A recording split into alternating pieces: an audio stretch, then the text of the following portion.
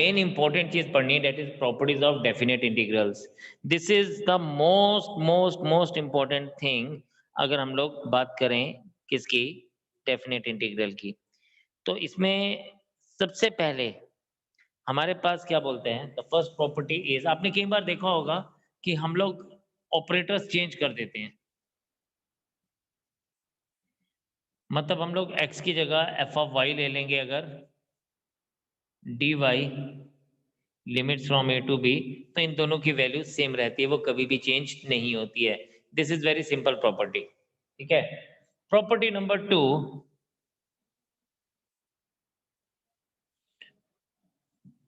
A to B, अगर हम लोग यहां पे देखें,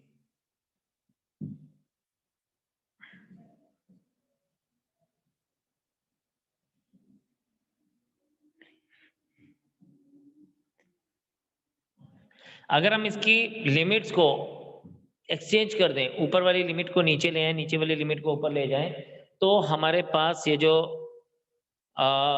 वैल्यू है वो नेगेटिव वैल्यू हो जाती है, ठीक है।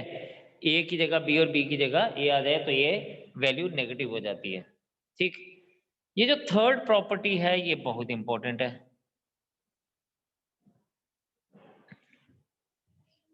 सपोज ये मेरे पास है A to B F of X D X is equals to ए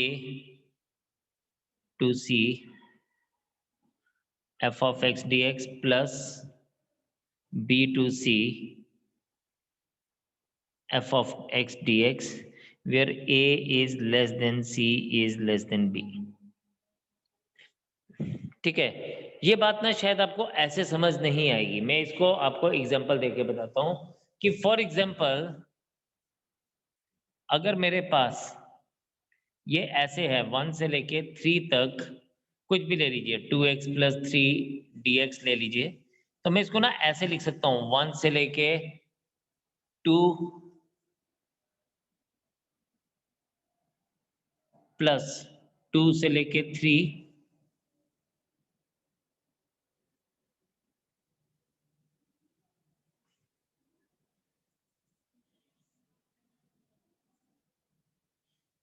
ये आ जाएगा आपके पास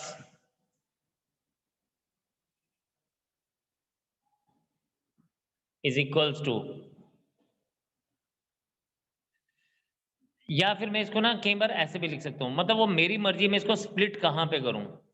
ये मैंने 2 पे स्प्लिट किया तो हमें तो पता है 1 इज लेस देन 2, मैं इसको ऐसे भी लिख सकता हूं 1.5 2x प्लस 3 प्लस 1.5 से लेके 3 तक 2x प्लस 3 dx, तो मैं इसको किसी भी तरह से स्प्लिट आउट कर सकता हूं, वो मेरी अपनी मर्जी है।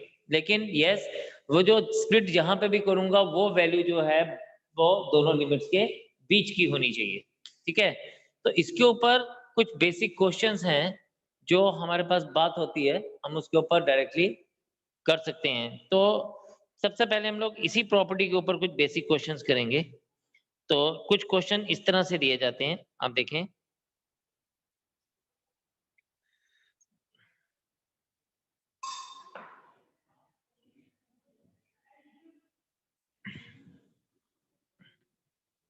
देखें हमारे पास बोलता है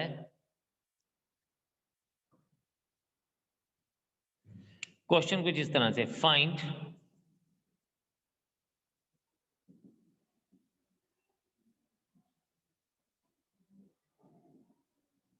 where fx is equals to 2x plus 3 if x is greater than 0 और x minus 2 if x is less than 0। अब यहां पे देखें ये जो fx है ये अलग तरह से बिहेव कर रहा है when the value is greater than equal to 0 और when the value is less than 0। तो इन दो जगहों पे ये अलग अलग तरह से बिहेव कर रहा है, तो हम इसको ना ऐसे लिख सकते हैं fx is equals to -1 to 0, क्योंकि 0 इज द लिमिट, हम इसको ऐसे लिख सकते हैं f of x dx plus हम इसको इस तरह से लिखेंगे integration of integration of -1 to 3 f of x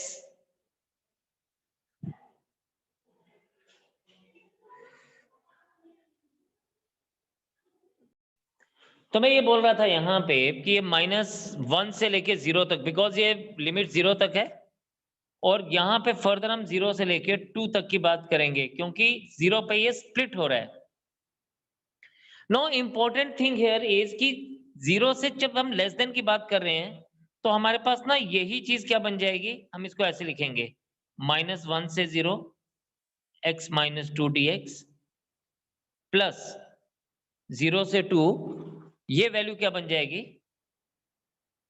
2x + 3 dx, right. आप बच्चे यहां पे देखें तो ये मेरे पास आ जाएगा is equals to x²/2 - 2x 0 to -1 plus इसको मैं देखूंगा तो ये आएगा 2x²/2 plus 3x from 2 to 0, ठीक है। या मैं इसको देखें ये 2 और 2 कैंसिल हो गया। अब आपको क्या करना है, you just have to apply the limits at the right place, ठीक है। तो लिमिट बेटा जब आप अप्लाई करोगे तो आप यहां पे देखें ये बनेगा equals to 0/2 -2 into 0 minus -1²/2 -2 into -1 और ये माइनस और माइनस प्लस हो जाएगा, प्लस ये आपके पास बन जाएगा 2² plus 3 into 2 -0² minus 3 into 0। Major part मैंने कर लिया, you just have to give me the answer now. ये बन जाएगा आपके पास 0, ये आपके पास बन जाएगा -1 यानी -1/2 प्लस ये -2 हो जाएगा, 2 2s are 4 plus 3 2s are 6। Solve करेंगे ये आपके पास आ जाएगा 6 + 4 10 - 2 8 -1/2 प्लस 8 और ये मेरे पास बन जाएगा 16 - 1 यानी 15/2। This is the final answer for us, ठीक है। This is the final answer. तो आपने देखा कि हमने इसको किस तरह से स्प्लिट किया। आपने ये स्प्लिटिंग चेक करनी है बेटा मेन, और then you have to give me the answer. Do it and then we will proceed ahead. इस तरह का क्वेश्चन में आप सबसे पहले बच्चे इसकी वैल्यू फाइंड आउट करेंगे। mod of 5x - 3 is minus of 5x - 3 if 5x - 3 is less than 0 or x is less than 3/5 or it is equals to 5x - 3 if 5x - 3 is greater than equal to 0 or x is greater than equal to 3/5। ठीक, ये main important चीज है कि भाई अगर 3/5 से ऊपर की बात हो रही है तो हम इसको पॉजिटिव 5x - 3 लिखेंगे, एंड अगर हमारे पास यहां पे 5x - 3 से नीचे की बात होगी तो फिर हम उसको 3/5 को लिमिट लेके चलेंगे। तो अब हमारे पास यहाँ पे जो लिमिट है वो है 3/5, ठीक है। जो लिमिट है डेट इज 3/5। अब लिमिट जो 3/5 है हम इसको देखेंगे तो मैं इसी को स्प्लिट करने वाला हूं। कैसे, 0 to 3/5 minus 5x - 3 dx plus 3/5 to 1 positive 5x - 3 dx।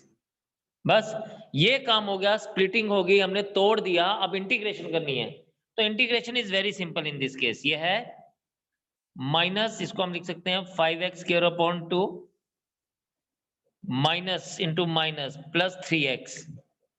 This limit is from 3/5 to 0 plus ये आ जाएगा 5x square upon 2 minus 3x from 1 to 3/5। अब आपको क्या करना है बच्चे, आपको लिमिट्स अप्लाई करनी है, तो you will be writing it as -5 3/5 square upon 2 plus 3 into 3/5 -0 -0 plus 0। तो ये माइनस इंटू माइनस प्लस और -0 हो जाएगा, इसमें हमें कुछ वो नहीं है। यहां पे आपके पास आ जाएगा 5 into 3/5 का स्क्वायर अपॉन 2, फिर -3 इंटू सॉरी इसको हम लिखेंगे 5 इंटू 1 स्क्वायर -3 इंटू 1, राइट। और फिर यहां पे हम लिखेंगे माइनस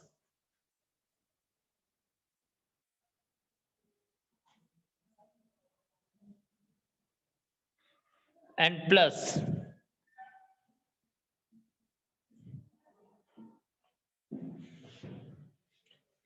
बस आपको वैल्यू लगानी है यहां पे, ठीक है। शाबाश, करें जरा, देखें कि क्या आंसर बनता है आपका।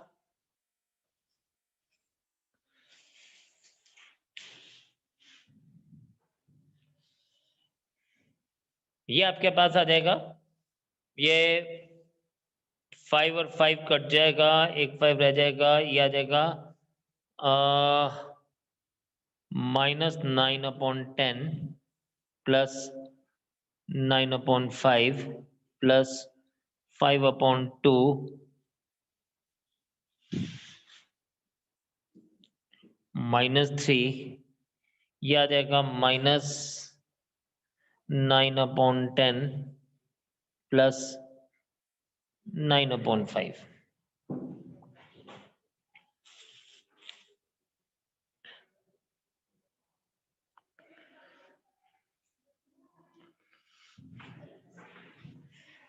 बस जी, इसको आप करें जरा।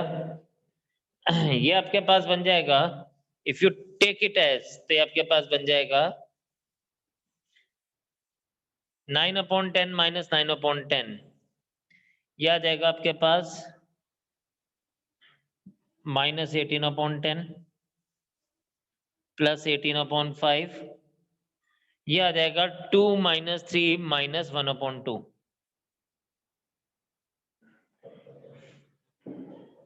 करो जी सॉल्व, शाबाश, and give me the answer now.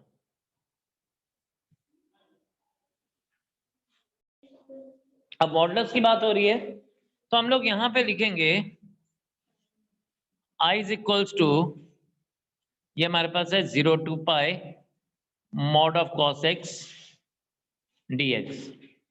अब mod of cos x जो होता है वो we consider it as positive cos x if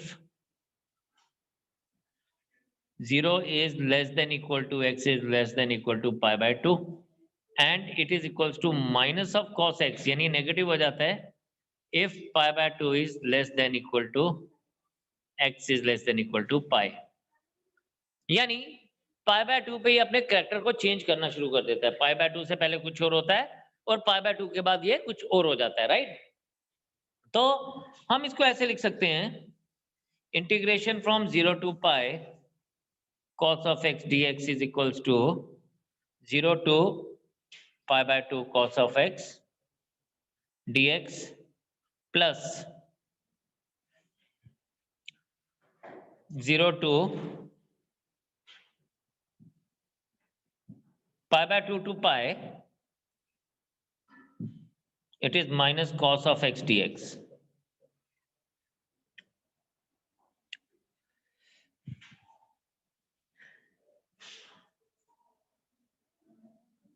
ये आएगा आपके पास cos ऑफ x का मतलब sin ऑफ x